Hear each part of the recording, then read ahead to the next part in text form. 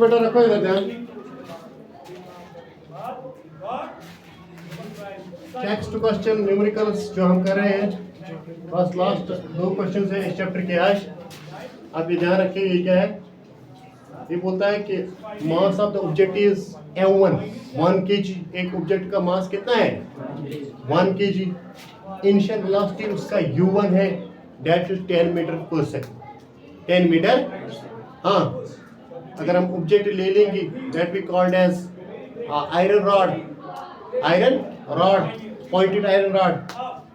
ये बोलता है कि ये जब हम इसको फेंकते हैं एक वुडन ब्लॉक के अंदर जाता है, let it be called as, एक वुडन बॉक्स के अंदर ये जाता है कि फंस जाता है इसके साथ, ये इसके साथ सिटक होता है। क्या होता है सिटक, ये इसमें फंस जाता है।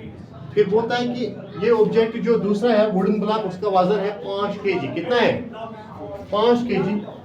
ये बोलता है कि ये कितना दूर गया और इसी में रह गया, ये फंस चुका था इसमें, इसके साथ चला गया।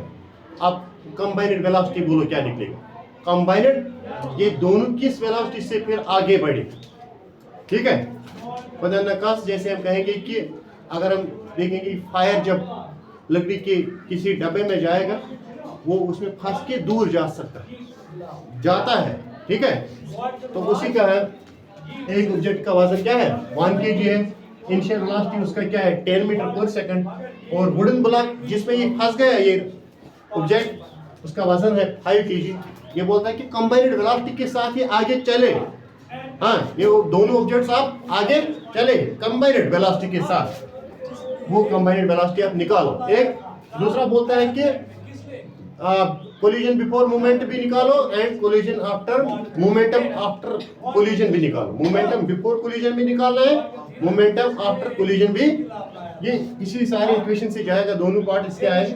अब देखिए हमने कहा combined velocity v1 is equal to v2। Combined velocity किसके बराबर है v1 is equal to v2, यानी दोनों इसके बराबर है। Law of conservation of momentum अगर हम यहाँ देखेंगे, it is m1 u1, it is m2, this is v1 v2।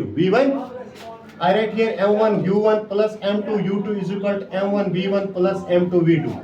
What is m1? It is 1 kg। What is u1? It is 10।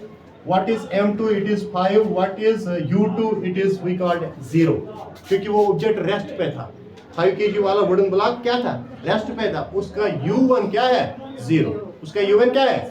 ठीक है, सीधी सी बात है, जब कोई ऑब्जेक्ट रेस्ट पे होगा उसका u क्या होता है।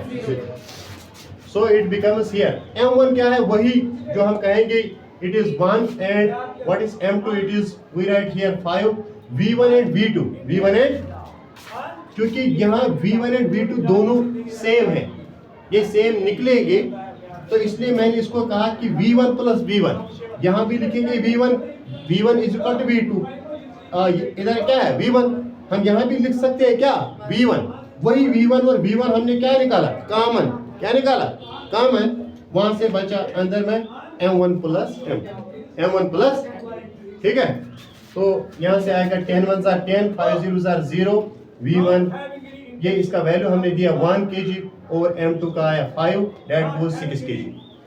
v1 6 इज इक्वल टू 10, वही हो गया 6 v1 is equal to 10 kg metre बटा second, that goes here v1 is equal to 10 divided by, ये यहाँ मल्टीपल है, इधर क्या आएगा divide, so it goes 1.66 metre बटा सेकंड। ये आ गया कंबाइंड वाला।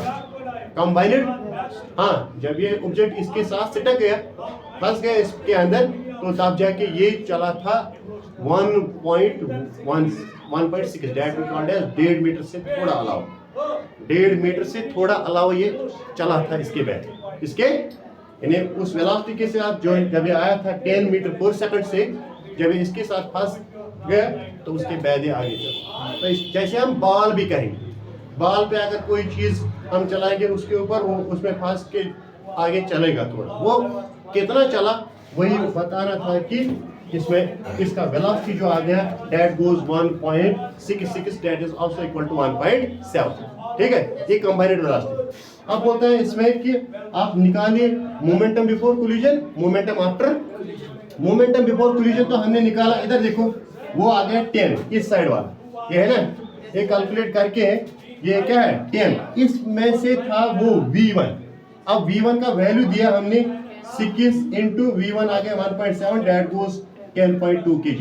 This is approximately equal values. So ये है ना law of conservation of momentum. Momentum is before collision is equal to momentum is after collision. तो अब ये क्या आ गया, इधर 10 है, इधर 10.2 है। This is the point you will remember that I have taken here approximately, क्योंकि 10 को जब हम 6 से डिवाइड करते हैं वहां निकलता है 1.666 बार। So I write here approximately value 1.66, then goes, if we multiply 1.66, then it becomes 9.8. Then 9.8 is equal to 10, or if we write 1.7, it goes 10.2. 10.2 is approximately equal to 10. ठीक है, ये आ गया था momentum as well as combined velocity. ठीक, अब यहाँ जो क्वेश्चन लास्ट वाला क्वेश्चन है चैप्टर नंबर 2 का, ये बोलता है डम्बेल का मास होता है। डम्बेल का किस बेल का टाइप होता है, वो शेप होता है वो जैसे वो बेल वाला होता है, जिस तरह वो ट्यूलिप का होता है ना, सुनासन गोल, जो गोल वाली बेल होती है वही, उसी को क्या क्या कहते हैं, डम्बेल। डम्बेल शेप्ड बेल, वो प्लेट वाला नहीं जो हमारे स्कूल में नहीं, वो जो टेम्पल्स में होता है, टेम्पल्स में, ठीक है, डम्बेल। इसका मास होता है 10 kg। कितना है, ये बोलता है कि ये 80 centimetre, that means near about 1 metre से नीचे गिरती है। ये बेल 1 मीटर लगभग करीबन वही होता है, 0.8 मीटर से नीचे गिरता है। जब ये नीचे गिरता है कि जमीन के अंदर कितना मोमेंटम इसमें जाएगा, जमीन को कितना बिखराएगा, ये इसके जमीन के अंदर कितना जाएगा, ठीक है, वही है that we called as momentum. किसके बराबर होता है, mv, p is equal to mv। तो यहाँ से फिर ये बोलता था कि इसका जो हाइट है इट इज 0.8, एक्सेलरेशन इसका है 10 मीटर पर सेकंड स्क्वायर।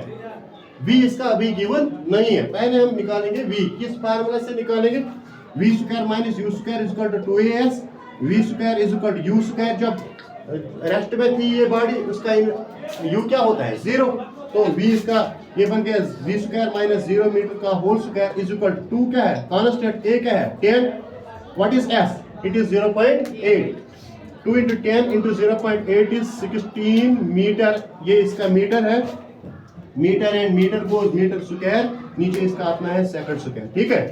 तो यहाँ से हम करेंगे v square is equal to, ये 16 किसका स्क्वायर है, 4 का स्क्वायर, 4 का स्क्वायर, 4 मीटर बटा सेकंड का whole square, square and square goes cancel, ठीक है बेटा। वहां से निकला v इज इक्वल टू, क्या निकला, v is equal to 4 metre.